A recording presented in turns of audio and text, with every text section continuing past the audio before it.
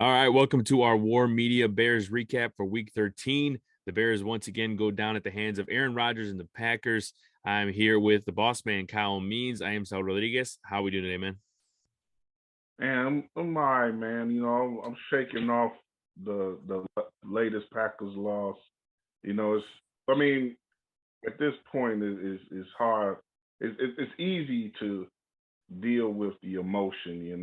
We all know what it's like to suffer at the hands of the cheeseheads. But as we'll probably go into, I guess, in this session. This one hurts a little bit because it doesn't have to happen. Most of these games is resolute, is elementary as soon as the first kickoff, essentially the first Hmm. drive. But this was a little bit more of one where we gave it up, and that's one to like that's the type of feeling you don't really want to have, no, regardless of if you're 3-13 or 13-3, but whatever. Yeah, and I'm not. I mean, yeah, as a whole, like the result, I'm not surprised by. But yeah, I think going into it, I was like, man, the Packers are not playing well. There's a good Mhm. chance the Bears could, steal this one. And it was, felt pretty good when it was, 16-3. But it was funny because in the press box, it wasn't just, just in me, but like everyone kind of felt a little bit like, oh no, here we go again when Cairo Santos missed that extra point to make it 17-3. I felt Every that way. I felt that way. I mean, that's definitely then, but I felt that way when they gave up that touchdown late in the first half. Yeah, true. Yeah, fair point. Yeah, Uh, yeah. Yeah, because it was like that Uh-huh. was that that was the first drive where it was like, okay, they Green Bay moved like you expect Green Bay to move, and Yeah. they didn't need to get those points. Like if they would have just got three that drive, Uh-huh. okay, it'd have been different because it'd have been what 16-6, and despite Green Bay having the ball first and the second half, you know, there would have been no way for them to take the lead if they scored in the first drive of the second half. But when they scored that touchdown and got within a touchdown, it was like, oh, okay. It just had the feeling. It was a familiar feeling Mhm. that the game was gonna be eventually out of the Bears' hands. But it took longer it took till the fourth for that completely to happen. But it eventually happened, and. Yeah, and we'll get into the defense and how how well they played in the first half, to keep the Packers, at bay for that, good portion of the first half. But what I was going to ask you was, what was your take on the overall performance by Justin Fields and his return? Obviously, he showed off, his running again. He had that, that big, I believe it was 55-yard run. He had 71 rush yards, 20 of 25 throwing, 254 yards passing, and two interceptions. Just what did you think about his overall performance in his first start back? Well, it was a lot that was that was good about it. That was positive. Like you mentioned, the passing numbers, uh, the accuracy was nice to see. Him completing about 80% of his passes. Of course, like I hate to keep skipping, but two of the later passes weren't as accurate, and that ended up clinching the game for Green Bay.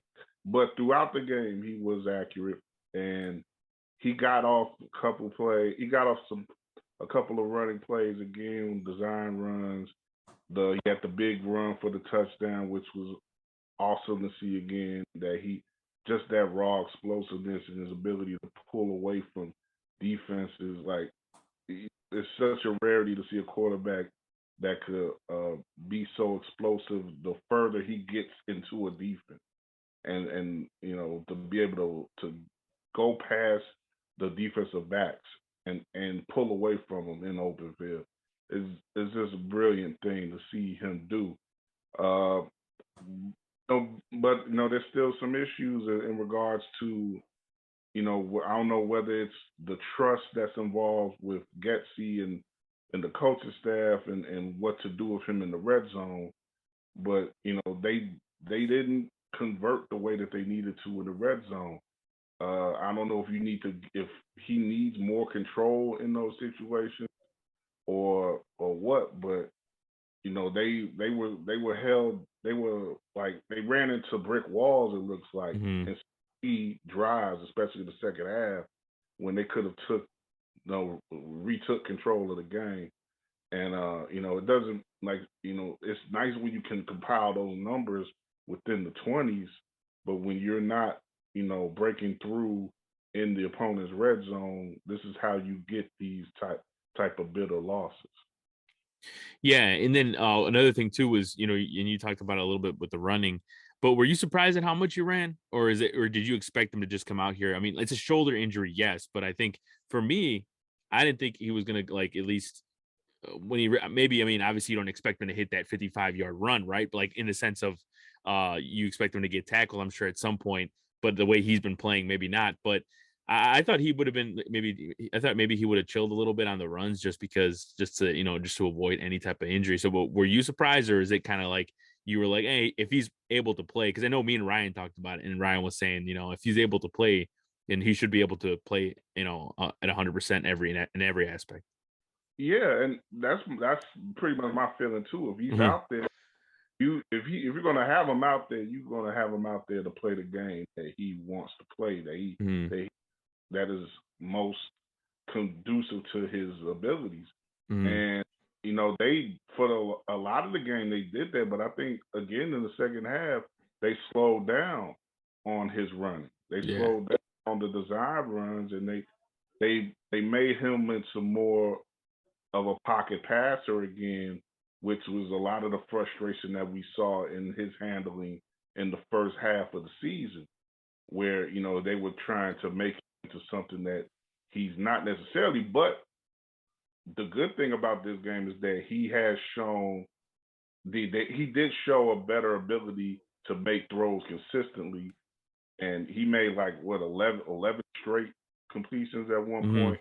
Like that's the type of growth that you would want to see in your young quarterback from September to December.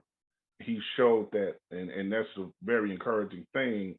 But again, you just would like to see that with more. It'd be nice if he could do that and run for 130, 140 yards like he did a Yeah. month in those games against Miami and Detroit and stuff like that. But I think those times will come. He'll have those games in the future, but this game was more about him staying in the pocket, and there was reason to keep him in the pocket to this game because the the pass protection was a bit more consistent in this game. And Mhm. Alex Leatherwood, I think in particular, offered a nice bump. And when he was spelling Riley Reef for a time, at right guard, that looks like to be something that can be a boost in the line going forward. So, but overall, that group played a better game than they have in most of the year, and he was able to stay in the pocket and find guys, connect with, commit consistently, and make a couple. I mean, those two beautiful throws up the field that he made to St. Brown, Equiminius, and and of course the great play that N'Keal Harry made on the dive. Those were amazing throws, and he was able Mhm. to do that because he had time in the pocket. So we were able to see again some of the sort of more of a Ohio State version of Justin Fields, where he was nice and comfortable and confident in the pocket, and he only ran when it was necessary. But at the same time, we know how dynamic he is when he runs a little bit more, and that necessarily wasn't going to be the case this week because of the injury, because they were likely holding him back in some ways. And I think that's prudent and and intelligent to go about doing that. But it does in the end sort of go against the idea of like him being out there and being able to do the things that we know him to do. The Bears were sort of caught in a rock and a hard place because their only other option was Nathan Peterman. So Hmm. they went Yeah. ahead and played this guy. They played the franchise and sort of crossed their fingers and hoped that nothing bad would happen. Fortunately, nothing bad did happen, and he went out and had an overall decent game, but by the end of it, there was still issues to be had. Yeah, no, yeah, and some of those yeah, especially the N'Keal Harry one. I mean, just seeing that one from the top and just, I mean, even in the press box, you got some oohs and ahs in there. It was a hell of a throw. But you know what I was thinking too is, and I've said this a couple times already to a few people is, how has Dunkin' Donuts, because you know how Dunkin' Donuts is a partnership with Justin Fields, right? Like, how do they not use his running for their campaigns, right? It's like this, they have But that American runs on Dunkin', right? It's like, uh, how do you guys not have like a commercial like talking about like Fields runs on Dunkin' and it's him running? You know what I mean? but hey, maybe be in the ad campaign, man. I know, right? I would, That's what I'm saying. maybe need to be in ad, like pitching the ad there, man. Yeah, right. But I was thinking you was talking about him doing the race like they do it Oh yeah, on the videos with the the, coffee and yeah, the the coffee, in the donut and the bagel. Yeah, yeah. yeah, That would be like fun. yeah, That would be you funny can have too. a big headed Justin Fields uh race with him or something. I don't know. That'd be a good idea. But yeah, I mean, we'll see. Hopefully, sometime soon, maybe they're working on something. But on the defensive end, we've talked about it, over and over again. They have not been good, but obviously, right now they're super shorthanded. But despite all that, they were able to hold their ground against Rodgers, at least for the most part in the first half, holding them to 3 points. And you could tell he was kind of getting frustrated, but he was able to find the end zone before the half ended. Jack Sanborn once again he continues to play well, 11 total tackles. And then you had Jalen Johnson after the game in the locker room. He said when asked about the secondary, he said, "quote I think we did a damn good job, if you ask me." So, what did you think about the effort of the defense despite the loss? Yeah, I think much of that defense has reason to be proud. Like Jalen definitely does that backfield. They had some guys who were really a couple guys back there who were really getting their first real competition of the year. And I was what was one guy Blackwell, I think, and like Mm, another guy like they were down really to bare bones in that defensive backfield, and they fought like a lot of the game. They were able to at least stay on coverage, some good man coverage with the Green Bay receivers. You look at the numbers, man. Rodgers didn't have a crazy explosive game. He got to the end hmm zone times, but he had to fight for the things that he got. Even the play that he got with Watson, that was a play that they had to really wait back a while, and he eventually waited for Watson to make the play, and he got the ball to him. But it wasn't easy. There wasn't any crazy wide open plays. Any defensive breakdowns where you could look at them and be like, oh, what are these guys doing out there? Like they kept it, they held it down for most of their game, and giving up, essentially 3 touchdowns on the day to Green Bay was, I think, it was a nice way to set up a possible win for the Bears. But going back again to Sanborn, everybody loves that guy right now. It's hard. You can't not be impressed with what he's doing. He's filling the position that he's filling the position in a way that we need him to fill it.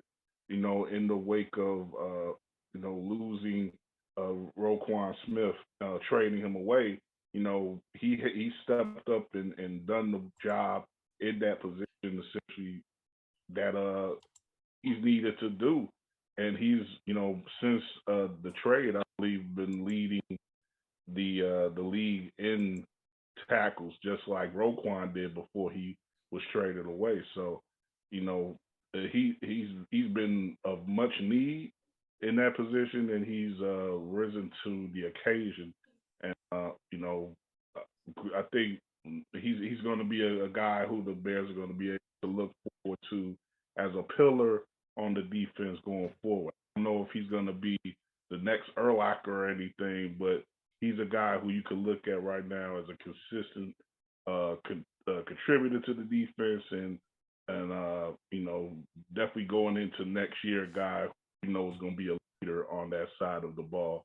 You don't necessarily have to uh, spend any of that big cap money on an inside linebacker to a leading inside linebacker, Sam, or whatever position you want to call it.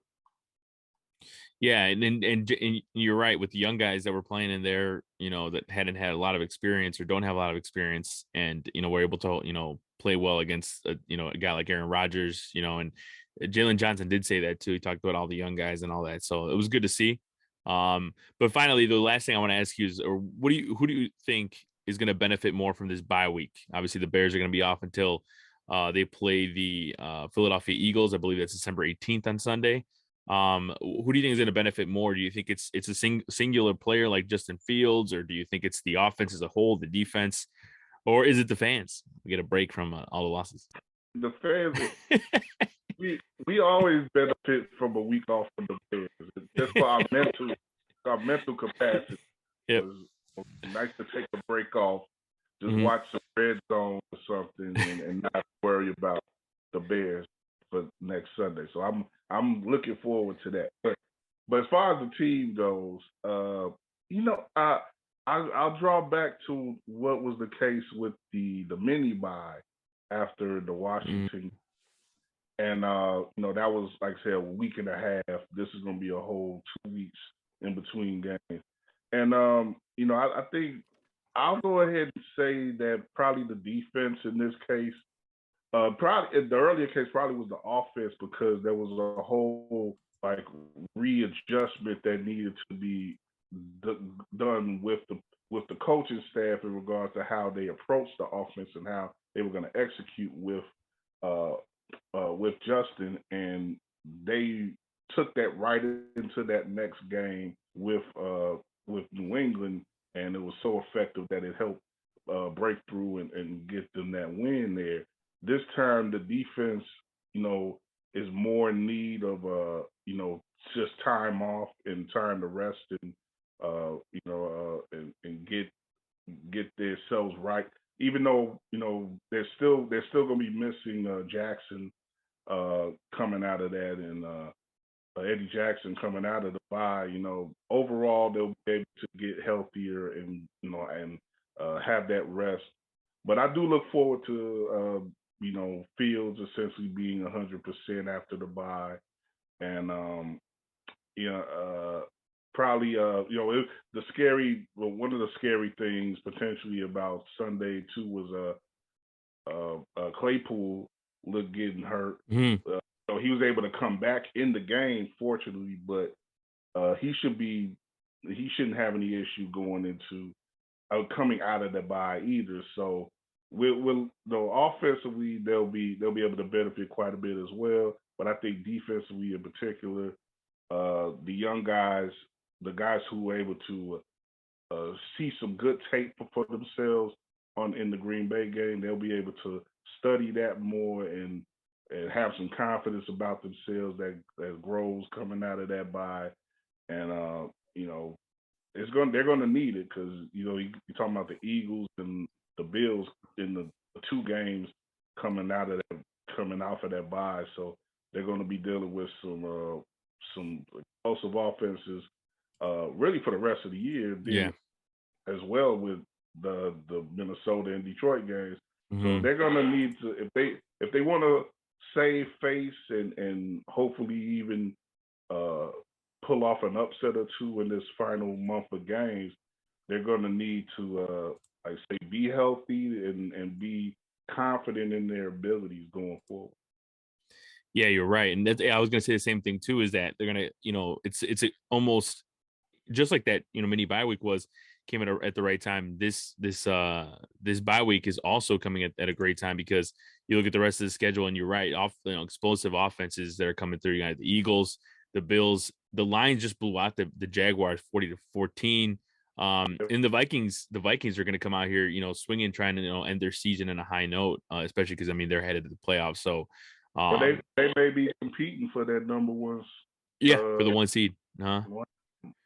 Yes, Yeah, yeah. yeah, and I mean you look at the Lions. I mean, the 5-7, and they're basically being carried by their offense. So I mean, the Bears are going to have their hands full again that week. So we'll see what happens. But yeah, I think that's a good place to wrap it up for this week's War Media Bears recap. I want to thank Kyle Means for joining me, and hopefully everyone enjoys their bye week. And we'll see you week 14 when the Bears host the Philadelphia Eagles.